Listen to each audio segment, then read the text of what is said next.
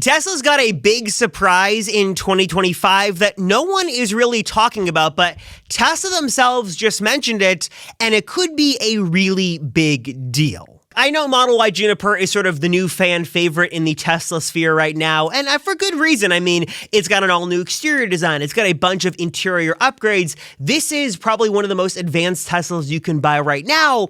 But I should caution you because for the price of Model Y Juniper, there's another Tesla in the lineup that might just be a better buy in 2025.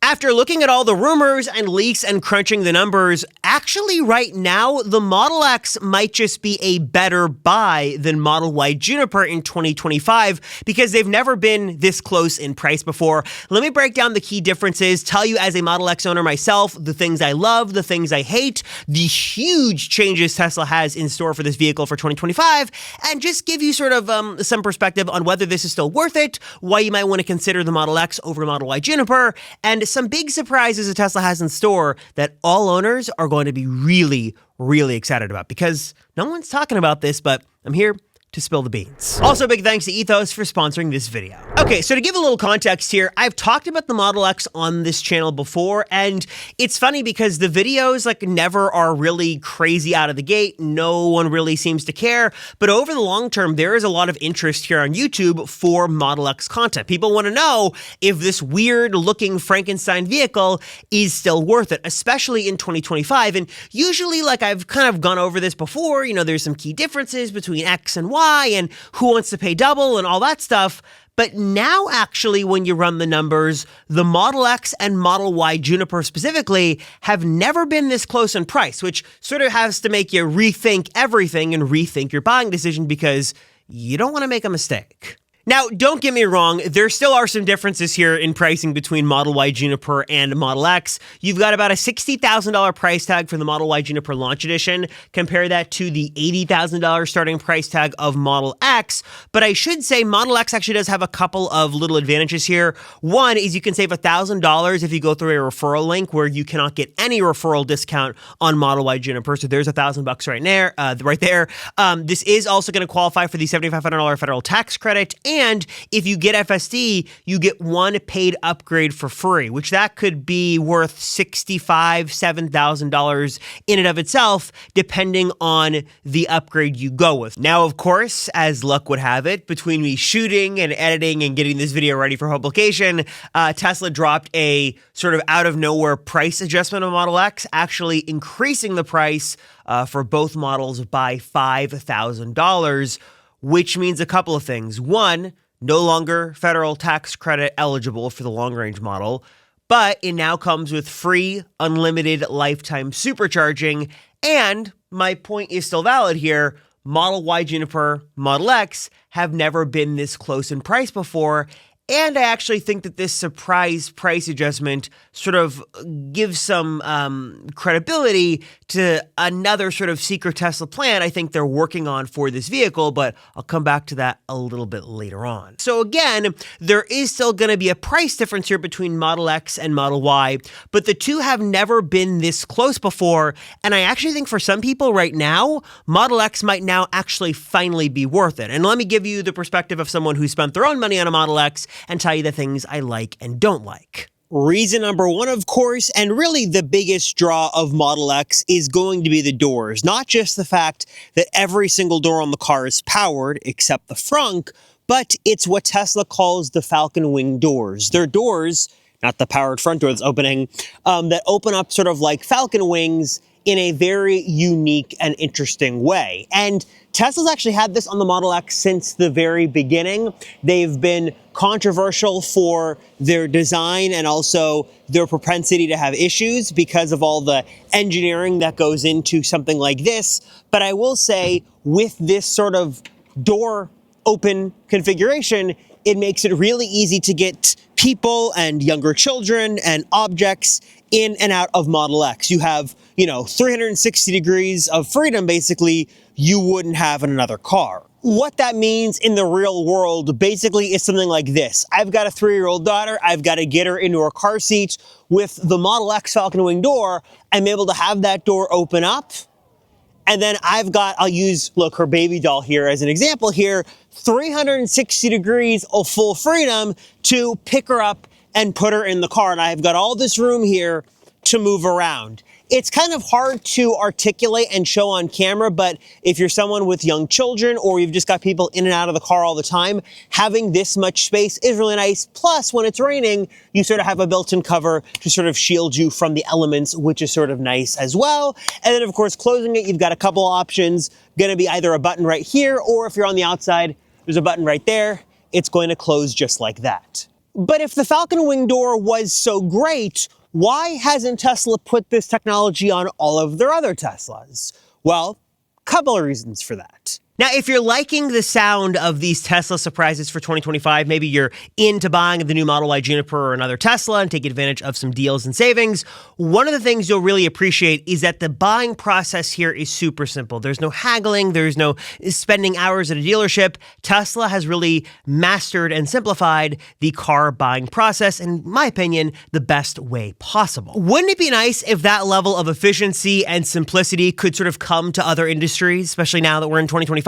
Life insurance, for example, super important, something many of us look to purchase, but the buying process needs a very big revamp. And I can tell you personally, as a single income household and with a wife and a 3-year-old, I want to make sure that my family is taken care of and are able to make any payments and pay the mortgage if something was to happen to me. That's exactly why life insurance is so important. It can take the burdens of debt payments and childcare costs and other things sort of off of your loved ones if something was to happen to you. But I can tell you, as I looked into this, getting life insurance can be a very long, drawn-out, and complicated process full of doctor's visits and blood tests. It can just be sort of a mess, but that's why this video sponsor Ethos is so awesome, because they're here to help change all that. They're completely revolutionizing the process with a 100% online application and no need for blood tests or medical exams. You just need to answer a few simple health questions. In fact, according to a 2022 Investopedia study, premiums can increase by 8 to 10% each year you wait to purchase life insurance. So this is not something you want to put off any longer. And Ethos, again, they're here to help with all that with just a couple of simple clicks. Again, applying is super easy. It's 100% online, no medical exams, no blood tests are required for coverage up to $3 million. You just answer a few health questions online. It's fast. You get a quote in seconds. You apply in minutes. And in most cases, you'll get coverage same day. And it's affordable too. $2 million in coverage works out to about $2 a day, which is much less than that cup of coffee you're probably already buying. So don't put this off any longer. Again, Ethos is making this so simple, so easy. If you want to get started, scan the QR code on screen or hit the link right down below to get your totally free life insurance quote today. 100% online, takes you just a couple of clicks in a couple of minutes. Learn more, don't delay, scan that QR code or hit the link down below for your totally free life insurance quote. Like I mentioned a moment ago, I think the main reason is for the overcomplicated engineering that went into this door, because you press this button, the door goes up. Not only for some people does it take a little bit of time, maybe too much time to get all the way open, but you've got so many moving parts in here constantly going up and down multiple times every single day that the biggest point of failure that I've heard from so many owners around the world with Model X is not so much the battery or the powertrain, but it's these doors. These doors have been nothing but problems for a lot of people. They creak, they squeak, they've got issues. It can be a little annoying. But I will say again, as I pop in here, it just really is easy to get in here. And I'll close the door and show you what the interior looks like. Again, so many moving parts, but does allow for easy access into the back of Model X. And I will say one of the very interesting things about the Falcon Wing doors that is very un-Tesla, especially in 2025, is that these might be the only parts of Tesla that still actually have ultrasonic sensors. That means they've got physical, like working sensors on there, not just cameras, to make sure those doors don't run into any other vehicles or objects around them, both on the side and on top. Basically, that means if you've got a car next to you or a wall or you're in an underground parking garage, there's sensors on the doors to make sure it's not going to crash into something else. I'll say that I've only had 1 or 2 times in my 1.5 years of ownership experience that I've had to manually stop the door because it was too close for comfort. 98% of the time, it does a pretty good job, and it knows when there's an arm in the way. Oh geez, okay, maybe Maybe I stand corrected. It knows more about external objects, maybe not so much internal objects, but 98% of the time opening, I haven't had an issue, but maybe my arm wasn't going to be so lucky, so I don't know. But yeah, most of the time it's been pretty good, and I haven't had an issue. And just to show you real quick, for those who are curious about it in tighter spaces, I'm in my garage here. This is not the worst thing ever, but a pretty sort of tight space between the Falcon Wing door and the wall. I'll show you that thanks to those ultrasonic sensors, it does a pretty good job. It's not as bad as you'd think. So that's kind of a look at what it's like on the inside here. One of the other big advantages that Model X has is that it's simply a very comfortable car to drive. I never feel like it's like too big to maneuver. It obviously is going to be bigger than a Model Y, but I don't feel like it's unworkable. It's definitely easy and nimble to drive around. But with that active air suspension, even given its size, it's a very, very comfortable car to drive. I drive this thing daily. My wife drives it with our 3-year-old basically every single day, and she has also said it's definitely the most comfortable car we have driven in. And when you sort of just consider the extra space you're getting with the air suspension and just sort of the fit and finish, it is a very comfortable car to drive. And I will say, like, one of those intangible things, it's a bigger car, but you also sort of feel a little less claustrophobic than a Model Y. Not to say the Model Y is small by any means, but if you're someone who wants a little bit more breathing room and you want to move around, the Model X is nice. Sort of like compare coach to first class on an airplane. Coach is fine, and in the case of Model Y Juniper, it's still very comfortable, but if you want a bigger, larger, more room to move around in a more luxurious experience, that's what you're going to get on Model X.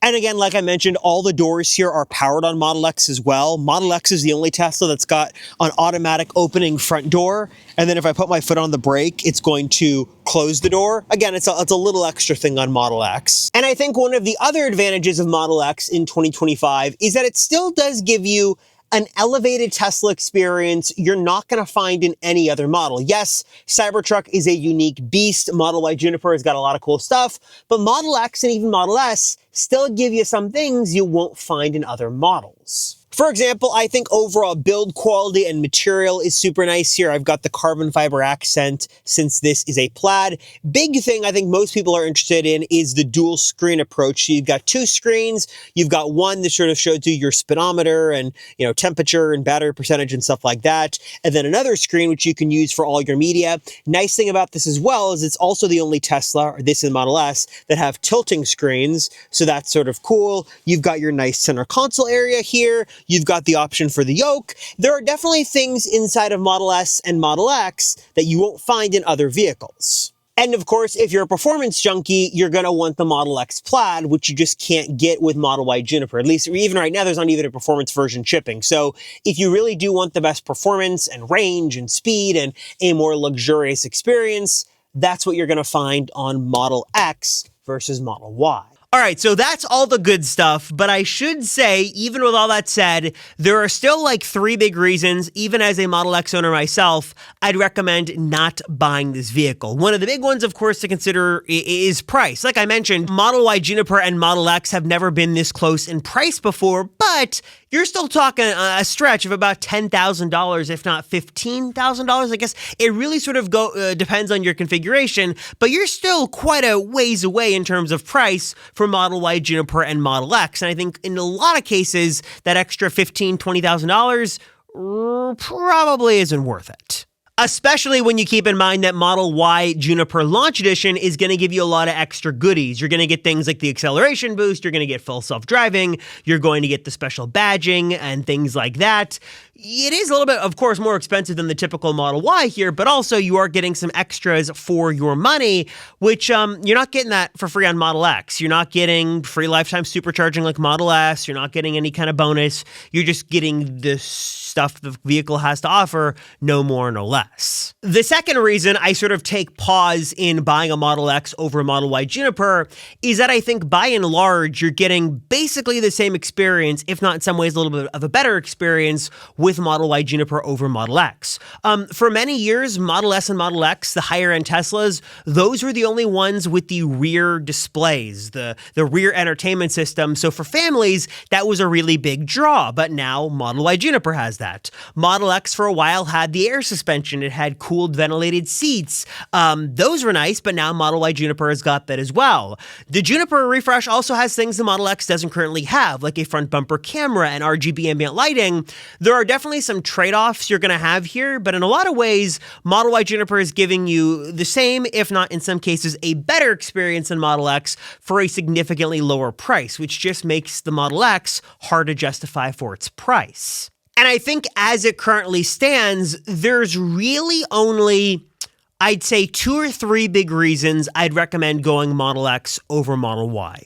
One of them is that if you do really want the versatility of the Falcon Wing doors, there is nothing else like it on the market. Even Cybertruck with its 90-degree angled doors doesn't come close to the versatility of the Falcon Wing doors. I can tell you as someone who has a 3-year-old, getting my daughter in and out of the Model X is by far the easiest thing. I don't have to think about it. I trust the doors. It is just so nice. So I think specifically if you've got small children or you just got a lot of people in and out of the back seats of the car all the time, those Falcon Wing doors are really nice, and you're just not going to get that. There's no mod in the world, to my knowledge, that's going to give you that on Model Y. Second advantage of Model X is purely the space, especially if you're someone who regularly has more than 4 people in the vehicle. Model X is just going to give you a way more comfortable experience, especially for long road trips. I could see families of 4, 5, or 6, maybe even more. If you're in the car a lot, you're going, to sports tournaments or you're driving long distances, that extra space in Model X is simply too much to ignore. And whether you go with the 5-seat, 6-seat, 7-seat configuration, because you do have choices in Model X over Model Y, it's just a much more comfortable experience. So I definitely think that extra space, while it might not make as much sense for a lot of cargo, I think for having more butts in seats and people in this car, it is just much more comfortable in a Model X than it is a Model Y. It's a physically bigger car. You can't really change the dynamics of that in a Model Y, and having those extra options, and again, the extra seat options too, is super nice. And I guess the third reason would be that if you really wanted a secondary display, like you wanted a driver's display there that showed you the speedometer, but in my opinion, not worth $15,000 or $20,000 just for that, but I'll throw it out there. And then, of course, another thing I should mention, just a little thing for business owners, Model X is over 6,000 pounds. So if you are looking for a business vehicle that qualifies for some extra appreciation and deductions, that is an advantage, obviously, of Model X over Model Y. But with all that said, I think that we got to remember is only what the current Model X has to offer, because Tesla says, and there have been rumors about this, a couple of things are on the table. One is we've got persistent rumors now that a Model X and Model S refresh is probably coming in 2025. And with Tesla's commitment in their recent earnings call, and they said this themselves, they're going to be bringing Cybertruck core technologies to other Teslas, things like a 48-volt architecture, rear-wheel steering, steer-by-wire, power share, and other things. That would make a new Model X much more compelling in 2025 and way easier to justify the $15,000 or $20,000 price premium. Simply, if we were to take what was in Model Y Juniper and Cybertruck and bring them over to Model X, you've got a much more compelling package. Give that thing a front bumper camera, give it RGB ambient lighting, up the sound system a bit, give it steer-by-wire, especially with the yoke, and also just give it the reverse sort of power share capabilities. That alone makes Model X really good. And if Tesla was to just do a little bit with a bit of a facelift, maybe give it a light bar, freshen up the design a bit, that would just make the Model X way more compelling, because right now it's just so close to Model Y that there's just not a lot of reason to go with it, but despite the couple of reasons I gave. But if Tesla was to do this rumored major refresh, which hopefully I've heard is coming sometime this year, that would make Model X way easier to justify, way easier to sort of point to premiums you're getting for that price, and just make it an overall better value and better part of the Tesla lineup. Because as of right now, Model X is still cool, but just doesn't make a bunch of sense in Tesla's lineup in 2025, as it could if it was to finally get some sort of refresh. So I'm curious, guys, what are your thoughts on this? I know I get a lot of questions about Model Y Juniper, Model X, which way to go. I know a lot of you guys have Model Ys and many of you also have Model Xs. What is your thought process for 2025?